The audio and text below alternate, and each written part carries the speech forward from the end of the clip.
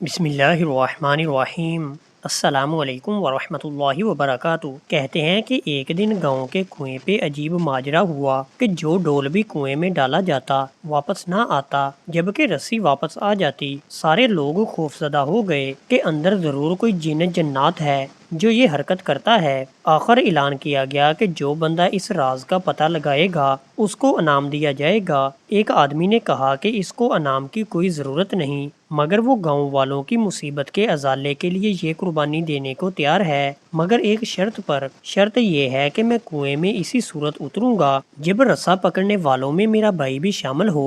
اس کے بھائی کو بلایا گیا اور رسا پکڑنے والوں نے رسا پکڑا اور ایک ڈول میں بٹھا کر اس بندے کو کنویں میں اتار دیا گیا۔ اس بندے نے دیکھا کہ کنویں میں ایک بہت بڑا بندر بیٹھا ہوا ہے جو ڈول سے فوراً رسی کھول دیتا ہے۔ اس بندے نے اپنی جیب کو چیک کیا تو اسے گڑ مل گیا۔ اس نے وہ گڑ اس بندر کو دیا، یوں بندر اس سے مانوس ہو گیا۔ بندے نے اس بندر کو کندھوں پر بٹھایا اور نیچے سے زور زور سے رسا ہلایا۔ گاؤں والوں نے رسا کھینچنا شروع کیا اور یوں ہی ڈول اندھیرے سے روشنی میں آیا۔ وہ لوگ بندر کو دیکھ کر دہشت زدہ ہو گئے کہ یہ کوئی عفریت ہے جس نے اس بندے کو کھا لیا ہے اور اب اوپر بھی چڑھ آیا ہے۔ وہ سب رسا چھوڑ کر سرپٹ بھاگے، مگر اس بندے کا بھائی رسے کو مضبوطی سے تھامے اوپر کھینچنے کی کوشش کرتا رہا، یہاں تک کہ وہ کنارے تک پہنچ گیا۔ کنویں سے نکل کر اس نے بندر کو نیچے اتارا اور لوگوں کو اس بندر کی کارستانی بتائی۔ پھر کہا کہ میں نے اسی لیے اپنے بھائی کی شرط رکھی تھی کہ اگر میرے ساتھ کنویں میں کوئی انہونی ہو گئی تو تم سب بھاگ نکلو گے،